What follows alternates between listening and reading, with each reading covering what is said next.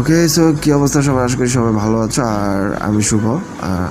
আজকে কোনো funny video করব না, আসলে আজকে একটা সিরিয়াস ব্যাপার নিয়ে কথা বলবো, একটা মেয়ের জীবন কাহিনী নিয়ে কথা বলবো। আর বিশেষ করে একটা রিকোয়েস্টে থাকবে, আপনারা কথাগুলো শুনবেন। আর যদি কোনো মেয়ের বাবারা থাকে, মানে যেই বাবাদের বাসায় প্রাপ্তবয়স্ক মেয়ে থাকে বা মেয়ে আছে, তারা বাবারা একটু কথাগুলো শুনবেন, হ্যাঁ? কারণ কথাগুলো শুনলে কিছু শিখতে পারবেন আপনারা। তো আমি কাহিনীতে চলে যাই।